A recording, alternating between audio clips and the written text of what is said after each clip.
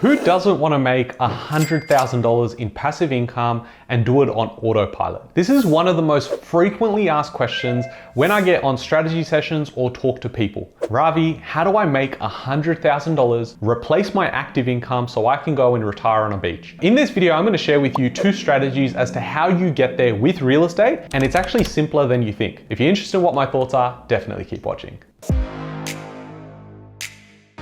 Hey guys, my name's Ravi and welcome back to Personal Finance with Ravi Sharma. If you're new here, smash that subscribe button because I talk about real estate, cryptocurrency, and financial freedom. I'm gonna get into my whiteboard in a second and I'm gonna show you exactly how you get from $0 to $100,000 in passive income. I'm gonna make this super simple. I'm gonna give you 2 strategies, and if you like these sort of videos, then definitely go and subscribe to the channel so you can watch all of the other whiteboard videos I have on this channel. Now, with your support, we are actually the #1 Australian real estate channel in all of Australia. That would make sense because it's Australian real estate. So a big thank you to all of you out there that watch these videos, subscribe, and also share with your friends and family. Now let's jump into some real value because again, I wanna thank you, and I wanna thank you with showing you these 2 strategies. So our goal is to get to 100K, and there's 2 main ways that we can get there. I'm gonna simplify the whole thing.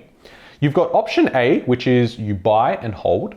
You then have option 2, which is buy and sell. Now, let's break down each one. Now, let's say you go down the option of buy and hold. That effectively means that you go and purchase a property and you never sell.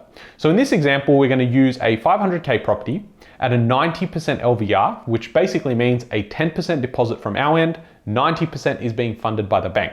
Now, in most situations, given where interest rates are today, we're gonna be in negative cash flow territory.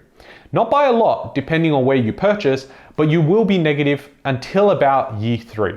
And this is very important to note because when people go out there and buy real estate, you often can get confused saying, well, I want 100K in passive income, but this is negative cash flow. I need to go and find something that's positive cash flow. That is actually the wrong way to do real estate. You need capital growth and you need cash flow, and you need to be in the game for a long period of time. That's how you get there. So let me explain how it works. Up until year 3, you're probably going to be negative anywhere between $50 a week, all the way up to about $150 a week. If you've bought well, in the right location, where there's rental demand, that number will start changing. From year 4, it might be an extra $100 in your pocket. From year 5, it might be 150. From year 6, it would be 200, and so on. Now, these are generalized numbers. It's just to give you an idea of how it works. You would then be able to go in, plug in your own numbers and say, okay, if I looked at this graph, when would I turn positive in my cash flow? We're assuming quite conservatively that by year 20, you're making about $700 per week by holding that property.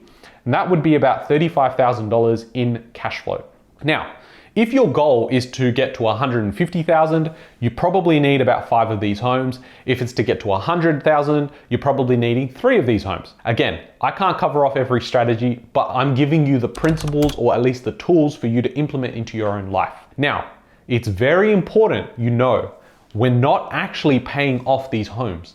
We're going out, we're purchasing the property, we focus on interest-only repayments, and we're just going in and holding the property. And as we hold the property, there's a couple of things that happen. Your debt stays the same, right? So that debt is not gonna change, but your rent will increase. Now, if you've got average growth of rent in that area, it's probably closer to about 3 to 5%. Now, what's gonna happen in a lovely graph that I've just drawn up here is that you're gonna find that after a few years, you're gonna then break even. And post that, you're gonna see growth in this section, which essentially means that now you're gonna be in positive cash flow territory. Now, these numbers could change depending on where interest rates are. Now, if you go and say, look back over the last couple of years where interest rates were really low. In that time, you could have bought a property and from day 1 been positive cash flow. But that's not really the way you need to approach it. You need to say, okay, that's a bonus, but really I need the capital growth and the cash flow just allows me to hold these properties. That's how you've got to think about it. And I know it's counterintuitive because you're like, I need to generate cash flow and income, not the capital growth because I can't touch that, Ravi. But you need that in order to be able to grow the portfolio, have multiple properties, and that then gives you the income in 10 to 15 years time. So in this case, if you went ahead and bought 5 properties, you would make about $150,000 a year in 20 years time. So that is strategy 1. And just to recap, you're holding the property, you're not paying any of the debt down, and over time, you're gonna see that it then becomes positive cash flow. And we can see that with this graph here, that over time, we're gonna get to positive cash flow. Okay, so that is strategy one. Not interested in paying down debt. We can hold the properties, and that's what we're holding. Over the next 15 years after that, you're gonna see your cash flow continue to improve because you may go in and improve the actual home so then you can attract a higher rent. Or if you're in an area where the rental demand exceeds supply, you'll continue to see rents increase. Now, what is strategy two? Strategy two is you buy and sell. And what you're gonna do is you're gonna find yourself in the exact same position for the first couple of years, where in year one, you're gonna be negative, and you're probably negative for the first couple of years. Then it suddenly turns positive. Now in this case, you're still not focusing on the debt. Now if you think about this, 99% of people, your mum, your dad, your aunties and uncles, all probably did this, where they said, well, it's debt and I need to pay it off as soon as possible, so I'll do interest plus principal. Now I made a video specifically addressing this and why the 1%, the ones who grow mammoth wealth in real estate, actually don't focus on interest plus principal, they focus on interest only. If you need a video detailing why, definitely go check out this video. I promise you, it's gonna change the way you think about real estate investing moving forward. Now, in this case, again, the debt stays the same, but the question is, do we want 150K or 100K in 20 years? Or do we want 50K or 75K in 12 years? And this is where I'm about to break it down. Let's say you did go ahead and purchase those 5 properties. You then go, okay, I'm gonna sell 2 and I'm gonna pay down the other 3 in terms of debt. Your initial purchase is 500K, your debt is 450K because it was a 90% LVR. Now 12 years later, the value of that property is now $1 million, but your debt stays the same because again, we're only focusing on holding these properties, not paying them down. And so in this case, you could go ahead and sell 1 property, pay off the debt on property 2, and it would be completely debt free. And let me explain that. If you go ahead and purchase 2 500K properties, so this is 500K and this is 500K, that would mean the value of this properties today would be $1 million. Your debt would be 900K because it's 450 and 450.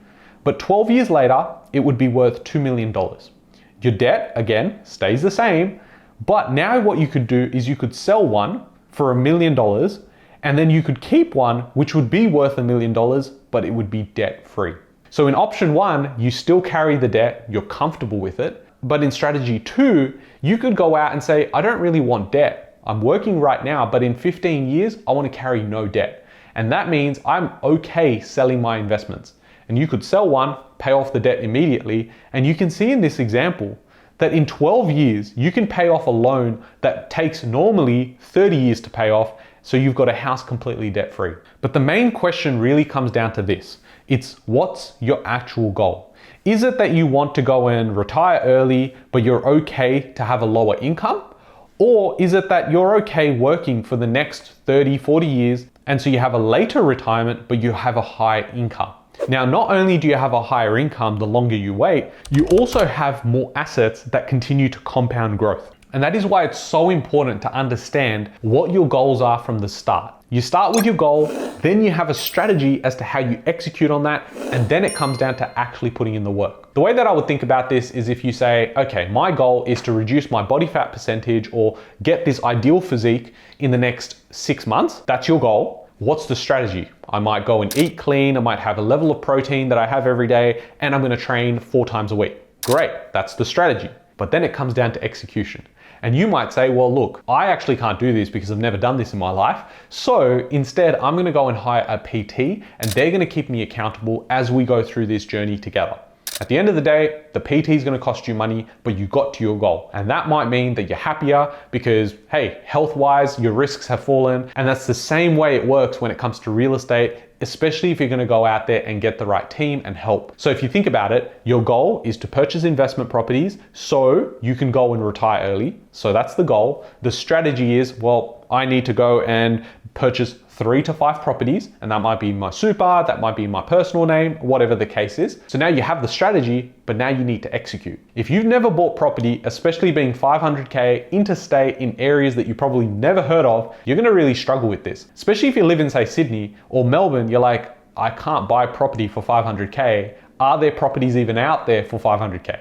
And believe me, there are. We're purchasing anywhere between 12 and 18 properties every single week. And the average price point is about 500K. That's why I use 500K as the guide in these examples. So if you get down to execution and you need the help, then you probably need the help with not just a buyer's agent, you need someone who's going to help you with the strategy, keep you accountable, and set higher goals for yourself so you can achieve more than you ever thought was possible. If you're interested in getting the help with executing, then definitely contact us. We're going to leave a link in the description below so you can contact us on a free call. And if you want to do it yourself and you want to try it yourself, then you're more than welcome to. There's plenty of videos on this channel that help you get your mindset aligned with going out and taking financial freedom seriously.